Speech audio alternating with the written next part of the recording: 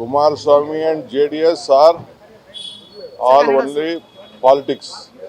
ನಿನ್ನೆ ಕುಮಾರಸ್ವಾಮಿ ಅವರು ಮಾಡಿದ್ರು, ಈಗ ಜೆಡಿಎಸ್ ಏನಾರು ಮಾಡ್ಕೊಳ್ಳಿ ಬಿಡಿ, ಕುಮಾರಸ್ವಾಮಿ ಅವರು ಮಾಡ್ಕೊಳ್ಳಿ, ಮೇಲ್ಗಡೆ ಕರ್ಕೊಂಡ್ಬಂದು ಮಾಡಿಸ್ಕೊಳ್ಳಿ. I am least bothered about it.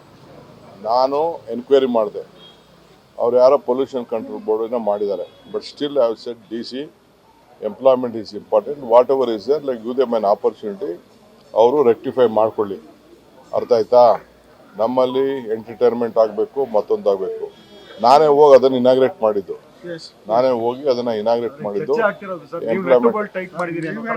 ಆಯ್ತು, ನನ್ನ ಬಗ್ಗೆ ಮಾತಾಡ್ಲಿಲ್ಲ ಅಂದ್ರೆ ಅವ್ರಿಗೆ ನೆಮ್ಮದಿನೇ ಬರಲ್ಲ ರೀ, ಅವ್ರಿಗೆ ಶಕ್ತಿನೇ ಬರಲ್ಲ. ಪಾಪ ನನ್ನ ಸುದ್ದಿ ಮಾತಾಡ್ಲಿಲ್ಲ ಅಂತಂದ್ರೆ ಅವ್ರಿಗೆ ನಿದ್ರೆನೂ ಬರಲ್ಲ, ಶಕ್ತಿನೂ ಬರಲ್ಲ, ಯಾವುದಕ್ಕೂ ಶಕ್ತಿ ಬರಲ್ಲ ಅವ್ರಿಗೆ. ಅರ್ಥ ಆಯ್ತಾ? ನಾವು ನಮ್ಮ ಡ್ಯೂಟಿನ ನಮ್ಮ ಸರ್ಕಾರದವ್ರು ಮಾಡಿದ್ರೆ ನನಗೆ ಗೊತ್ತಿಲ್ಲ. ನಾನೇ ಫೋನ್ ಮಾಡಿ DC ಗೆ SP ಗೆ ಹೇಳಿದ್ದೀನಿ, we should not look at, we have to look at a law. ಏನಾದ್ರು ತಪ್ಪಾಗಿತ್ತು ಅಂದ್ರೆ ಲೆಕ್ ರೆಕ್ಟಿಫೈಡ್, ಇವತ್ತು ಅವ್ರಿಗೆ ಆಪರ್ಚುನಿಟಿ ಕೊಡಬೇಕು ಅಂತ ನಾನು ಹೇಳಿದ್ದೀನಿ. ಇಷ್ಟು ಮಾತ್ರ ಗೊತ್ತು. ಮಿಕ್ಕಿದೇನೋ ನನ್ನ ಹತ್ರ ಬಂದು ಇವರು ಪೊಲ್ಯೂಷನ್ ಕಂಟ್ರೋಲ್ ಚೇರ್ಮನ್ರಿಗೂ ಹತ್ರ ಫೋನ್ ಮಾಡಿದೆ. ನನಗೆ ಗೊತ್ತಿರಲಿಲ್ಲ. ನಾನು ಟಿವಿಲಿ ನೋಡಿದೆ. ಬಿಗ್ ಬಾಸ್ ಆಗಲಿ ಯಾವುದೇ ಆಗಲಿ ಎಂಟರ್ಟೈನ್ಮೆಂಟು ಇರಬೇಕು.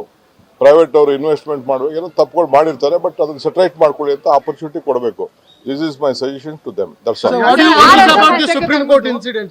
ಸುಪ್ರೀಂ ಕೋರ್ಟ್ ಇನ್ಸಿಡೆಂಟ್ ಬಹಳ ತಪ್ಪದು. ಯಾರೇ ಆಗಲಿ ನ್ಯಾಯ ಕೊಡ್ತಾ ಇರೋಂಥ ಜಾಗ.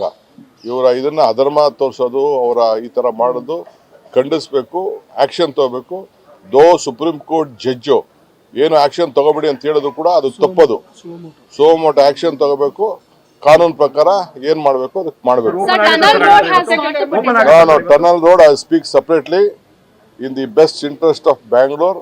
ನಾವು ಯಾವ ಲಾಲ್ಬಾಗ್ನೂ ಡ್ಯಾಮೇಜ್ ಮಾಡಕ್ ಹೋಗಲ್ಲ. ನಮಗೂ ಗೊತ್ತಿದೆ ಲಾಲ್ಬಾಗ್ ಎಷ್ಟು ಪವಿತ್ರವಾದ್ದು, ಹಿಸ್ಟಾರಿಕ್ ಇದೆ, ಎಲ್ಲಿ ಜಾಗ ಇದೆ ಅನ್ನೋದು ಇದೆ. ನಾನೇ ಸ್ಪಾಟ್ ಇನ್ಸ್ಪೆಕ್ಷನ್ ಮಾಡ್ತೀನಿ, ಯಾರು ಆತಂಕ ಬೇಡ. Next Saturday Sunday I am visiting Lalbagh with all my officials.